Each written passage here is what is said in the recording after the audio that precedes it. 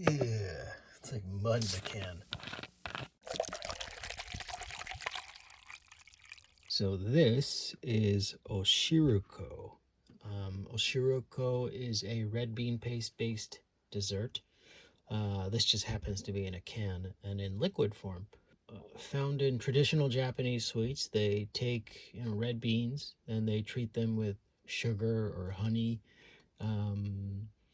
And doing some research, it turns out that many other Southeast Asian countries also use red bean pastes to make various sweets as well. I don't know if this stuff actually originated in Japan or somewhere else, but oshiruko tends to be available in the colder months, and it usually is served hot.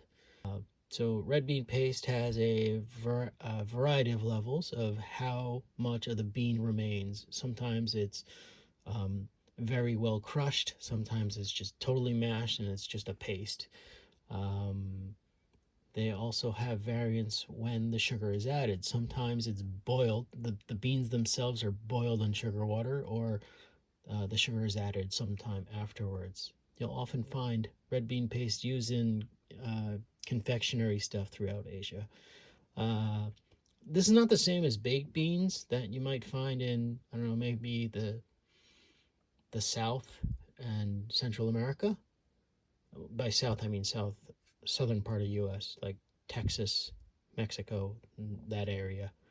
I'm not saying Mexico is part of the U.S. Don't get your, pennies in a bind. This has none of that salty, tangy ingredients. This is very sugar forward, but it is much more milder tasting than like cocoa or any chocolate-based sweet. They tend to have a really mushy consistency, at least this one does. I don't have to bite through the beans. Maybe there's a form that's snappy like a piece of chocolate, but I've never come across one. In the winter months, you might get a bowl of hot red bean paste that is cooked alongside a rice cake, a white rice cake that gives you a little bit more calories, I guess. They tend to be soupy, and the red bean paste you'll find in other sweets tends to be less liquid, like a snack, I guess, called anpan, which is a soft bread that's filled with red bean paste, or they have something called a taiyaki, which is kind of like a pancake batter that gets griddled, and in the middle of it is it gets griddled into the shape of a fish, and in the middle of it is a core of red bean paste. So then there's this guy straight out of the can. It's probably, I don't know, maybe 160 F, like 70 C-ish, I think. And you're supposed to drink this hot. On screen I'll have the ingredients, but it's sugar and beans and some other stabilizers that they need to put it in a can, I guess. It is quite calorie dense for, just this much. Okay, I haven't had this stuff in a while. And I'm assuming, wow, it's hot.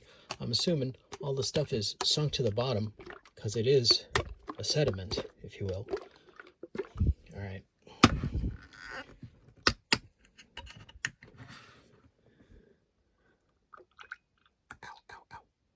Ooh, that's hot.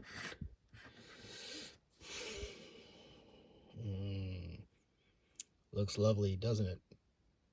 Looks like bean soup.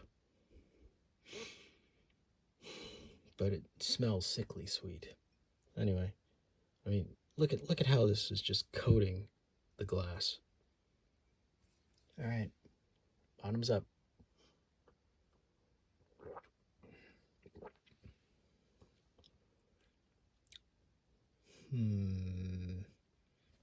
Now, I didn't get any beans because they're probably still somewhere in the bottom, but it does have like these little beans in it because they even go out and say it has real beans in it. I mean, it's sweet. It's very viscous. Think of like a really viscous chocolate milk. And I guess the beans are kind of stuck in the bottom here, clinging inside of the, clinging together like a bunch of Cheerios, I guess, in a bowl of milk. It is a bit gritty because, beans can get gritty because they have a lot of fiber in them. It's okay. I mean, probably won't turn a cup of this stuff down, but my God, does it look terrible. Yeah, this is probably best to drink out of a can or a non-clear vessel. To a Westerner, it's probably an acquired taste.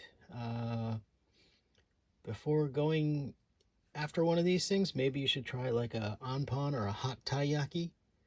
And if you enjoy that, you'll probably like this too. And if you don't like the anpan or taiyaki, stick with chocolate milk. All right, till next time, the drink's on me.